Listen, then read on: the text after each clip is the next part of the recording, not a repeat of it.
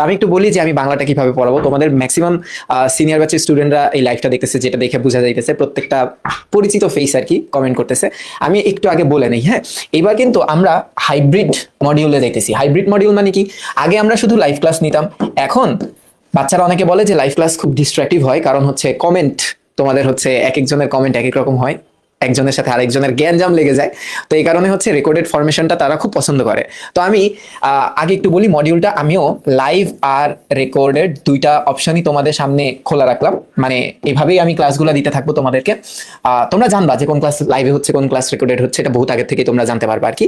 এছাড়া এখন যেহেতু ব্যাচ হচ্ছে দুইটা, 9 আর 10 একই গ্রুপে থাকতেছো, তো তোমাদের একটা প্রশ্ন আসতে পারে যে ক্লাস 9টা তো শুরু থেকে শুরু করা লাগে, আবার ক্লাস 10 বলবে যে আমরা তো এক বছর পরে আসছি, আমাদের প্রায় অর্ধেকখানি সিলেবাস শেষ হয়ে গেছে, আগে কোন চ্যাপ্টার পড়াবেন। একজন বলবে আগে আমাকে হচ্ছে শুভা পড়ান, আরেকজন বলবে আমাকে একুশের গল্প পড়ান।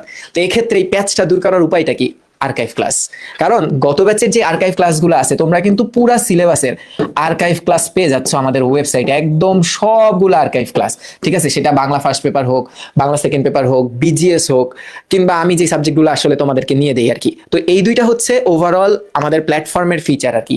এবার আসে হচ্ছে পড়াই আমি কিভাবে। তো এটা নিয়ে কথা না বললেও হয়তোবা হবে, কারণ তোমরা অনেকে আমার ইউটিউবে ক্লাস দেখছো, কিংবা হয়তোবা সিনিয়ররা অনেক কিছু বলতেছে, তারপর আমি একটু বলে দিই। প্রথমত আমি মূল বইটাকে খুব প্রায়োরিটি দেই, মূল বই। ঠিক আছে, বোর্ড বই যেটা আছে সেটা বাংলা হোক, সেটা তোমার বিজিএস হোক, কারণ এই দুইটাই তো আমার কন্ট্রোলে থাকে, বাংলা কিংবা বিজিএস।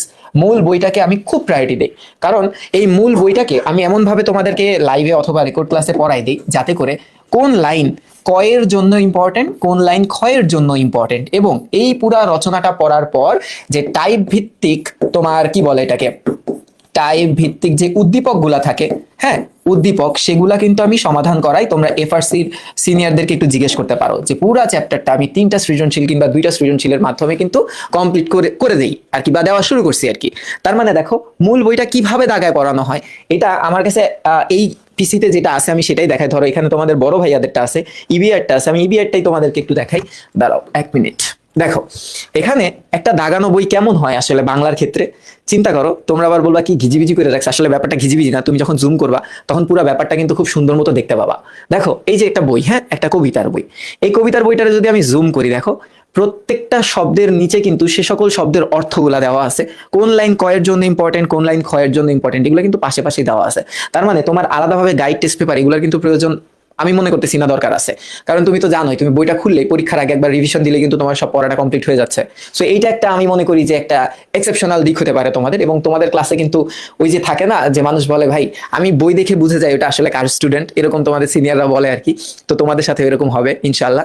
এরপর যে জিনিসটা হবে, দেখো আমি তোমাদেরকে কি নিব, একটা এমসিকিউ টেস্ট নিব। এমসিকিউ টেস্ট, এটা এমসিকিউ কিন্তু আমি করাচ্ছি না, আমি আগে এমসিকিউ টেস্টটা নিচ্ছি। এই এমসিকিউ টেস্টটা নেওয়ার পর যে জিনিসটা দেখা যায়, তোমাদের এক একটা এমসিকিউ নিয়ে ডাউট থেকে যায় যে ভাই আমি তো মনে করতেছি এটা রাইট, কিন্তু উত্তর দেখালো ওয়েবসাইটে এটা রং, এটার উপরে কি আর ক্লাস নেওয়া সম্ভব, বা আপনি কি ডাউটটা সলভ করে দিবেন? তো সেক্ষেত্রে দেখা যায় একটা ডাউট সলভ করার জন্য তো ক্লাস নেওয়া হয়ে ওঠে না। তো আমি কি করি, আমি আগে এমসিকিউ টেস্টটা নেই, টেস্টটা নেওয়ার পর তোমাদের কিন্তু সলভ ক্লাসটা দিই, টোটাল পুরা একটা সলভ ক্লাস দিই, যাতে যত ডাউট একসাথে হয়েছিল সেই ডাউটগুলো তখন আমাদের ক্লিয়ার হয়ে যায়। বোঝা গেছে? আর বিজিএস কিভাবে পড়াই, এভাবে না, ধরো আমি বাংলা পড়াই, হ্যাঁ, তো বিজিএসটা আমি কিভাবে পড়াই, বিজিএসটাও বইটাকে প্রচুর গুরুত্ব দিই, কিন্তু সেখানে আমি একটু তোমাদেরকে যদি দেখাই, এখানে বিজিএস মেবি আমার, হ্যাঁ, একটা স্লাইড আছে, চিন্তা করো এই যে এই স্লাইডটা, হ্যাঁ, এটা কি ছোট করা পসিবল? হ্যাঁ, এ দেখো বিজিএস কিন্তু আমি প্রত্যেকটা জিনিস লিখে লিখে পড়াই। তো তুমি একটা স্লাইড দেখে বুঝতে পারতেছো আসলে ডিটেইলিংটা কিরকম থাকবে বা কতটুকু গুরুত্ব দিয়ে আমি আসলে তোমাদেরকে পড়াই। বাট আমার সাথে বিজিএস এ কিন্তু আরেকজন ফেস আছে, তোমরা জানো, তোমাদের রাসেল স্যার। তো উনিও আমাকে হেল্প করে খুব সুন্দর, এবং তোমাদেরকেও হেল্প করে খুব সুন্দর মতো।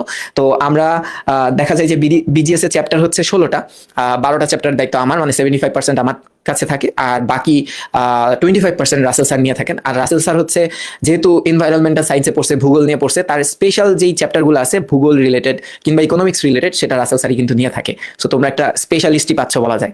তো এই যে তোমাদের বিজিএসটা আমি হচ্ছে এভাবে পড়াই তোমাদেরকে। তো এই হচ্ছে আমার বাংলা এবং বিজিএস এর পার্টটা আমি শেষ করলাম।